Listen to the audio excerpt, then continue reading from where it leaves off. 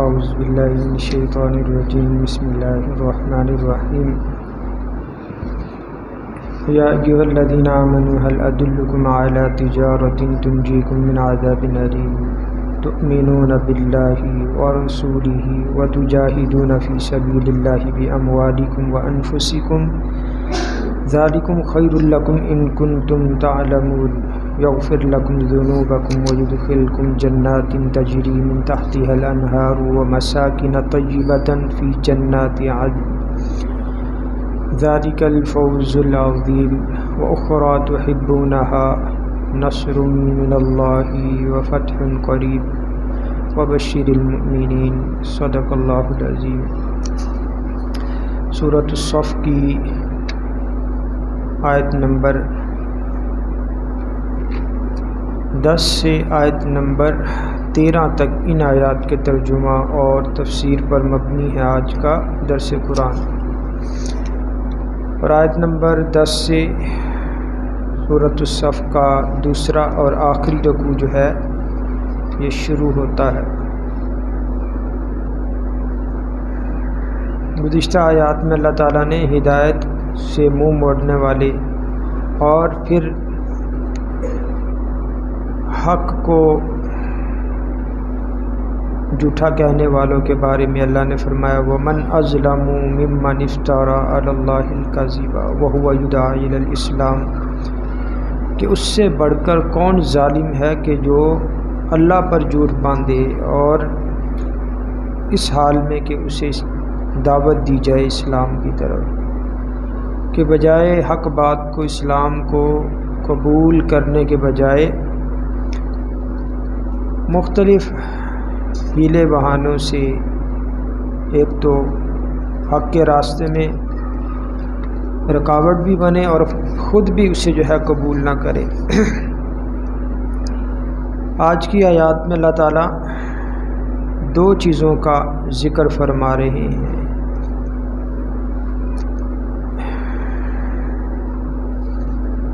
ایک ایمان کا ذکر اور دوسرا ہے جہاد کا ذکر۔ ایمان کا تعلق انفرادی اصلاح کے ساتھ ہے اور جہاد کا تعلق اجتماعی اصلاح کے ساتھ ہے، یعنی ایمان کے ذریعے سے ذات کے اندر انقلاب برپا ہوتا ہے اور جہاد کے ذریعے سے پورے عالم میں انقلاب برپا ہوتا ہے۔ تو یہ جو آیات ہیں یا ایھا الذین آمنوا هل ادلکم علی تجارۃ تنجیکم من عذاب علیم تؤمنون باللہ ورسولہ وتجاہدون فی سبیل اللہ باموالکم وانفسکم ذالکم خیر لکم ان کنتم تعلمون۔ ایک صحابی تھے عثمان بن مظعون، یہ حبشہ میں جو ہجرت ہوئی تھی یہ حضرت عثمان بن مظعون ساتھ تھے، اسی طرح حضرت جعفر طیار اور عثمان غنی، پھر حضرت رقیہ، دیگر افراد۔ ہجرت حبشہ کا ذکر میں نے گزشتہ آیات کی تفسیر میں بھی کیا تھا۔ تو ان کے بارے میں آتا ہے عثمان بن مظعون نے نبی صلی اللہ علیہ وسلم سے عرض کی کہ کاش آپ مجھے اجازت دیں تو میں رہبانیت اختیار کر لوں، اپنی بیوی کو طلاق دے دوں اور جناب کہیں جنگل بیابان میں جا کے اللہ اللہ کرنا شروع کر دوں، اپنے اوپر گوشت کو حرام قرار دے دوں، جو خواہشات ہیں ان کو ختم کر لوں، رات کو سونا اور ہر روز میں جو ہے وہ روزہ رکھوں۔ تو نبی صلی اللہ علیہ وسلم فرمایا کہ نکاح میری سنت ہے، اسلام میں کوئی رہبانیت نہیں، بلکہ میری امت کی جو رہبانیت ہے وہ اللہ کی راہ میں جہاد ہے، اور روزہ رکھنے میں یہ میری امت کا مجرد ہونا ہے، اس میں تجرد۔ اور فرمایا کہ اللہ نے جو تم پر چیزیں حلال کی ہیں انہیں اپنے اوپر حرام نہ کرو، فرمایا کہ میری سنت ہے کہ میں سوتا بھی ہوں، قیام بھی کرتا ہوں، روزہ بھی رکھتا ہوں، افطار بھی کرتا ہوں۔ تو جو میری سنت سے اعراض کرے گا وہ مجھ سے نہیں ہے۔ ومن اعرض من سنتی فلیس منی، جو میری سنت سے اعراض کرے گا وہ مجھ سے نہیں۔ تو حضرت عثمان بن مظعون نے روایات میں آتا ہے کہ نبی صلی اللہ علیہ وسلم سے عرض کی، یا رسول اللہ، پھر میں پسند کرتا ہوں کہ میں جانوں، آپ مجھے بتائیں کہ کون سی تجارت اللہ کو سب سے زیادہ محبوب اور پسندیدہ ہے، تاکہ وہ میں تجارت کروں۔ تو یہ والی آیات جو ہیں وہ نازل ہوئیں، یا ایھا الذین آمنوا هل ادلکم علی تجارۃ تنجیکم من عذاب علیم، اے ایمان والو، کیا میں تمہیں نہ بتاؤں ایسی تجارت جو تمہیں بچا لے دردناک عذاب سے، جو تمہیں نجات دے دردناک عذاب سے۔ تؤمنون باللہ ورسولہ، تم ایمان لاؤ اللہ اور اس کے رسول پر۔ تو ایمانیات میں یہاں دو چیزوں کو جو بنیادی ہیں ذکر کیا گیا، ایمان باللہ اور ایمان بالرسول، توحید اور رسالت، دو چیزوں کو ذکر کیا گیا۔ علماء فرماتے جہاں بھی قرآن کریم میں ایمان لانے کا اور ایمان کا ذکر ہوگا وہاں ایمانیات کی تمام چیزیں وہاں داخل ہوں گی۔ جو ہم پڑھتے ہیں نا ایمان مجمل اور ایمان مفصل میں، آمنت باللہ وملائکتہ وکتبہ ورسلہ والیوم الآخر والقدر خیرہ وشرہ من اللہ تعالی والبعث بعد الموت، جتنی بھی چیزیں ایمانیات میں سب کی سب شمار ہوں گی۔ تو یہاں ایمانیات میں دو چیزیں اللہ نے ذکر کی کہ تم ایمان لاؤ اللہ پر اور اس کے رسول پر، وَتُجَاهِدُونَ فِي سَبِيلِ اللَّهِ بِأَمْوَالِكُمْ وَأَنفُسِكُمْ، اور تم جہاد کرو اللہ کے راستے میں اپنے مالوں کے ذریعے سے اور اپنی جانوں کے ذریعے سے، یعنی اللہ کے راستے میں جہاد کرتے ہوئے اپنی مال کو بھی اور اپنی جان کو بھی قربان کر دو۔ ذالکم خیر لکم ان کنتم تعلمون، یہ تمہارے لیے بہتر ہے اگر تم جانتے ہو۔ تو دو چیزیں ذکر ہوئی، پہلی چیز ایمان، اس کا تعلق انفرادی اصلاح کے ساتھ، دوسری چیز جہاد، اس کا تعلق اجتماعی اصلاح کے ساتھ، اور ایک ہوتا ہے دفاعی جہاد، ڈیفینسو وار، اور ایک ہوتا ہے اقدامی جہاد۔ جو دفاعی جہاد ہوتا ہے اس میں انسان اپنے آپ کو، اپنا تحفظ، اپنے جان کا، مال کا، ٹھیک ہے، اور جو ضروریات دین ہے، جتنا بھی دین کے دفاع میں دین کا دفاع کرنا، یہ بھی جہاد ہے۔ جو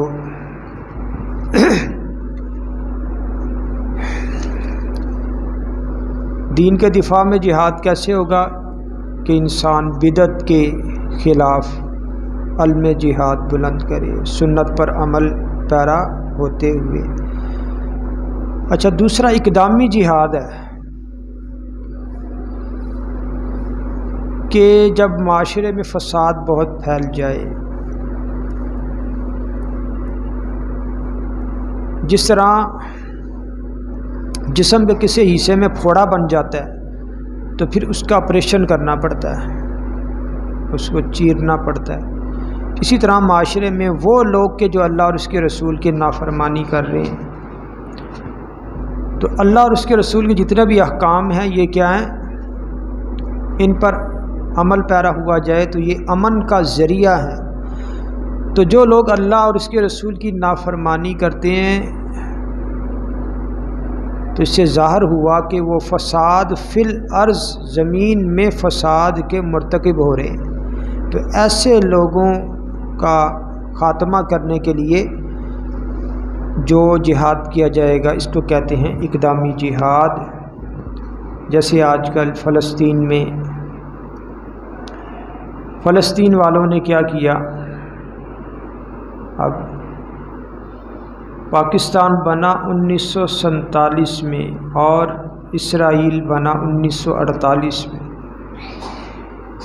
اور ان کی خارجہ پالیسی میں انہوں نے باقاعدہ اعلان کیا کہ ہماری خارجہ پالیسی میں، اور یہ ہمارا مشن ہے کہ جو نوزائیدہ مسلمانوں کا جو نوزائیدہ ملک بنا ہے اس کا خاتمہ یہ ہمارا مشن ہے۔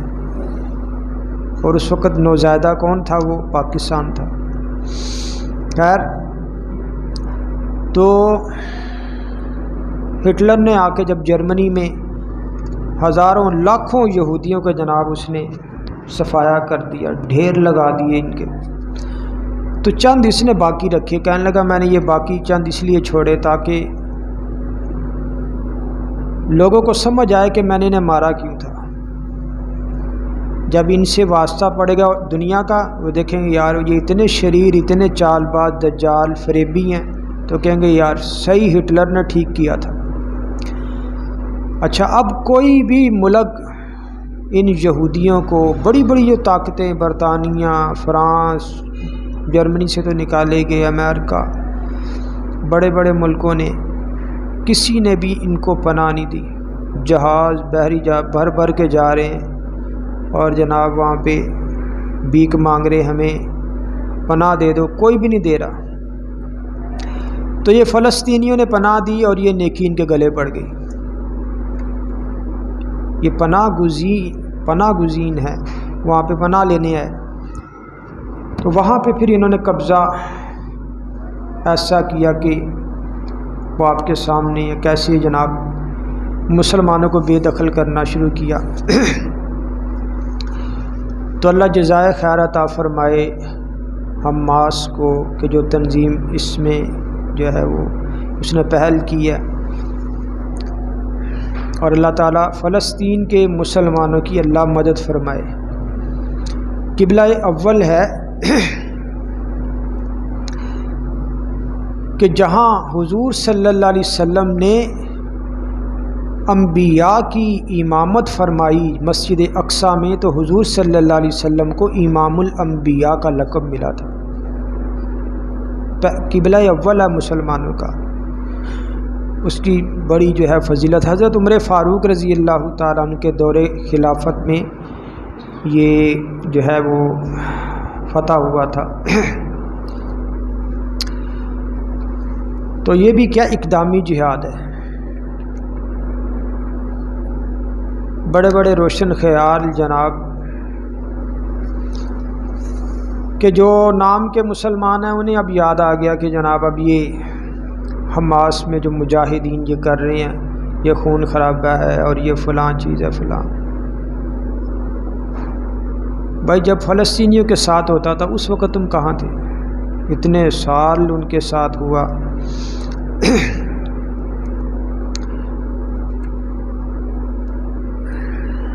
ہر لحاظ سے ہمارے جو فلسطین بھائی ہیں ان پر پابندی، معاشی، اقتصادی، باہر سے کوئی اسلحہ وغیرہ نہیں آ سکتا، کوئی ان کو مدد جو ہے وہ ایڈ وہاں پہ نہیں پہنچ سکتی، بجلی بند، پانی بند، وہاں پہ بمباری ان کی ہو رہی۔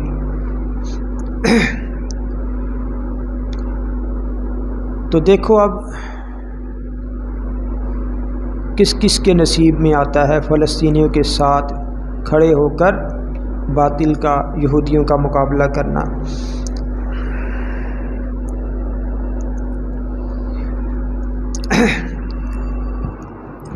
تو اللہ نے فرمایا کہ تؤمنون باللہ ورسولہ وتجاہدون فی سبیل اللہ باموالکم وانفسکم، کہ ایمان لاؤ تم اللہ پر، اس کے رسول پر۔ یعنی یہ جو ایک چیز ہے یہ بھی کیا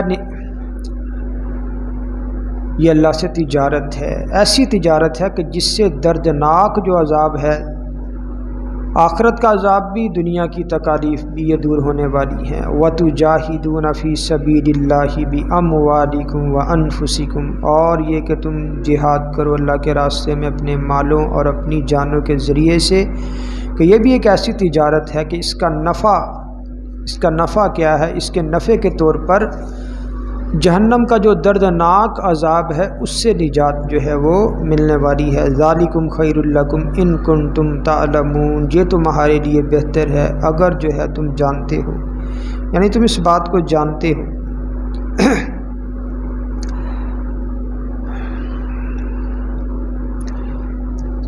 یغفر لکم ذنوبکم ویدخلکم جنات تجری من تحتها الانہار، کہ اللہ معاف فرما دے گا تمہارے گناہوں کو، ویدخلکم جنات تجری من تحتها الانہار، اور تمہیں داخل کرے گا ایسے باغات میں کہ جن کے سامنے نہریں بہتی ہیں، ومساکن طیبۃ فی جنات عدن، اور ایسے پاکیزہ محلوں میں کہ جو رہنے کے جو باغات ہیں ان میں پاکیزہ محلات ہوں گے، یعنی ہر طرف باغ ہوگا اور اس کے اندر پاکیزہ قسم کے جو ہیں وہ محلات ہوں گے۔ ایک ہوتا ہے گھر کے اندر باغ ہے، باغیچہ ہے، اور ایک ہے کہ گھر کی چاروں طرف باغ ہو۔ اللہ نے فرمایا جنت میں ایسے مقامات جو ہے وہ اللہ نے تیار کر رکھے۔ حسن بصری رحمہ اللہ کی ایک روایت ہے عمران بن حسین اور حضرت ابو ہریرہ رضی اللہ تعالیٰ عنہ سے، تو ان دونوں حضرات سے یہ جو مساکین طیبہ پاکیزہ گھروں کے بارے میں پوچھا گیا کہ یہ کیسے ہوں گے، تو انہوں نے فرمایا کہ نبی صلی اللہ علیہ وسلم سے اس بارے میں پوچھا گیا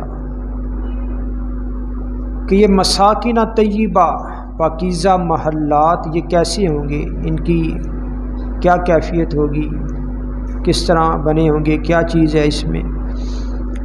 تو فرمایا حضور صلی اللہ علیہ وسلم نے کہ فرمایا جنت میں یہ موتی سے بنا محل ہے جس میں سرخ یاقوت کی 70 حویلیاں ہوں گی، اور ہر حویلی میں 70 سبز زبردج کے کمرے ہوں گے، ہر کمرے میں 70 پلنگ ہوں گے، ہر پلنگ پر مختلف قسم کے 70 بستر ہوں گے، اور ہر بستر پر 70 حوریں ہوں گی، ہر کمرے میں 70 دسترخوان ہوں گے، ہر دسترخوان پر 70 قسم کے کھانے ہوں گے، ہر کمرے میں 70 خادم اور خادمائیں ہوں گی۔ اللہ تعالیٰ ہر مومن کو ایک دن میں اتنی قوت عطا فرمائے گا جس کے باعث تمام حوروں کے پاس جا سکے گا۔ تو یہاں تو یہ کنڈیشن ہوتی ہے کہ انسان 1 مرتبہ 2 مرتبہ بیوی کے پاس چلا جائے تو پھر کہتا ہے قریب میں کوئی اچھا حکیم مل جائے، وہاں پہ کوئی کمزوری نہیں ہوگی، وہاں پہ ایسی جو ہے وہ کوئی کمزوری نہیں ہوگی۔ 70 جو حوریں اللہ ایسی قوت عطا فرمائے گا ایک وقت میں ہی سب کے حقوق جو ہے وہ پورے کر دیں گے۔ تو فرمایا وہ مساکین طیبہ کیا ہے؟ موتی سے بنا محل، سرخ یاقوت کی، جس میں 70 حویلیاں، ہر حویلی میں 70 زبردج کے کمرے، ہر کمرے میں 70 پلنگ، ہر پلنگ پہ مختلف قسم کے 70 بستر، ہر بستر پر 70 حوریں، ہر کمرے میں 70 دسترخوان، اور ہر دسترخوان پہ 70 قسم کے کھانے، 70 ہی خادم اور خادمائیں۔ تو فرمایا اللہ نے اس کو بیان کرنے کے بعد ذالک جو ہے ذالک الفوز العظیم، یہ جو ہے بڑی کامیابی ہے۔ 2 چیزیں اللہ نے دنیا کی زندگی میں وہ انسان سے طلب کی، ایک ایمان باللہ، اور اس ایمان اللہ کے رسول پر ایمان، یعنی ایمان کو اللہ نے طلب کیا۔ دوسری چیز جہاد کے بارے میں اللہ نے فرمایا کہ تم اپنی جان اور مال کے ذریعے سے جہاد کرو، اور جہاد ایک ایسی اللہ کا ایسا حکم ہے۔ حضور صلی اللہ علیہ وسلم نے فرمایا کہ اگر جہاد نہ کر سکو تو کم از کم ہر ایمان والے کے دل میں جہاد کرنے کی خواہش ہونی چاہیے کہ اللہ موقع دے میں اپنا مال بھی قربان کر دوں، اپنی جان بھی قربان کر دوں۔ تو اس کو بیان کرنے کے بعد اس کا جو اجر ہے جنت میں، اللہ نے فرمایا ذالک الفوز العظیم، یہ بڑی کامیابی ہے۔ وَأُخْرَى تُحِبُّونَهَا، اور دوسری جو چیز ہے جسے تم پسند کرتے ہو، وہ کون سی چیز ہے؟ نصر من اللہ وفتح قریب، اللہ کی طرف سے مدد اور جلد ہی فتح، قریبی فتح۔ یعنی اخروی اجر تو اللہ نے بیان فرما دیا، دنیا میں کیا اجر ہوگا؟ نصر من اللہ، اللہ کی جانب سے مدد، وفتح قریب، اور قریبی فتح، وبشر المؤمنین، اور آپ جو ہے خوشخبری سنا دیجئے ایمان والوں کو۔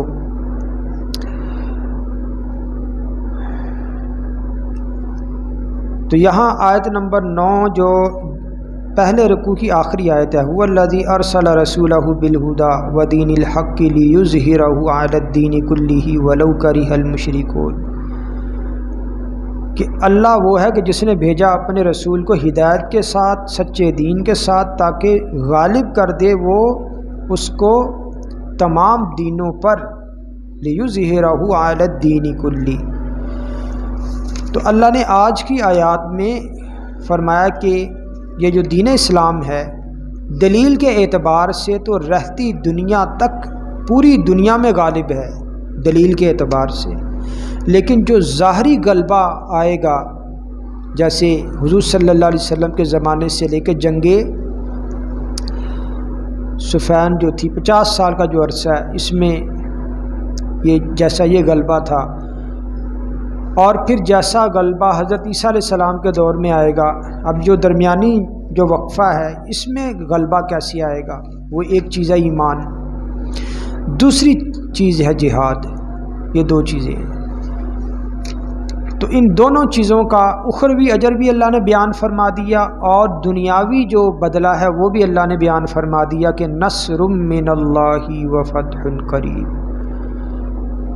کہ اگر اسلام کو پوری دنیا میں غالب کرنا چاہتے ہو تو ایمان کی دولت پہلے اپنے سینے میں سجاؤ، اور پھر اللہ کے راستے میں جہاد کے لیے جو ہے وہ نکل جاؤ۔ تو نصر من اللہ وفتح قریب، پھر اللہ کی جانب سے مدد بھی آئے گی، اور وفتح قریب، اور فتح بھی جو ہے وہ قریبی ہوگی، غلبہ ہوگا۔ وبشر المؤمنین، آپ جو ہے وہ خوشخبری سنا دیں ایمان والوں کو۔ تو الحمدللہ 13 آیتوں تک مکمل ہو گیا ترجمہ تفسیر سورہ صف کا۔ آخری آیت جو ہے وہ باقی ہے انشاءاللہ۔ اب کل تو جمعہ، آئندہ ہفتے کو یا جب بھی اللہ کی توفیق باقی رہی اور جو ہے وہ زندگی نے ساتھ دیا تو یہ جو آخری آیت ہے سورہ صف کی انشاءاللہ اس کا ترجمہ تفسیر آئندہ، پھر اس کے بعد سورہ جمعہ، سورہ جمعہ یعنی عربی میں لفظ ہے جمعہ میم پہ پیش، اور ورنہ ویسے ہم اپنے زبان میں کہتے جمعہ، ٹھیک ہے جی۔ تو اس سورہ جمعہ میں بھی کیا دیگر احکام ہے، جہاں وہاں اللہ تعالی جمعہ کے بارے میں احکام، نماز جمعہ اور اس کے علاوہ دیگر جو خرید و فروخت کے احکام ہیں جمعے کے دن میں، اس کو اللہ تعالیٰ بیان فرمائیں گے۔ تو اللہ تعالیٰ قرآن کریم کے تمام حقوق، اس پر ایمان، اس کی تلاوت، اس کا سمجھنا اور قرآن کو اللہ آگے پھیلانے کی ہم سب کو توفیق عطا فرمائے۔ باقی جو ہے انشاءاللہ آئندہ۔ الحمدللہ رب العالمین والصلاة والسلام علی رسولہ النبی الکریم۔ یا ارحم الراحمین، ہمیں قرآن کو پڑھنے، سمجھنے اور اس پر عمل کرنے کی توفیق عطا فرما۔ یا ارحم الراحمین، حاضرین مجلس کی جتنی بھی جائز حاجات ہیں، خواہشات ہیں، ضروریات ہیں، اللہ اپنے پاک کلام اور اپنے حبیب کے صدقے وسیلے سے ان کی تمام حاجات کو پورا فرما۔ ان کے علم میں، عمل میں، صحت میں، عمر میں، مال میں، رزق میں، اولاد میں، کاروبار میں برکت عطا فرما۔ وصلی اللہ تعالی علی خیر خلقہ محمد وعلی آلہ وصحبہ اجمعین، آمین آمین۔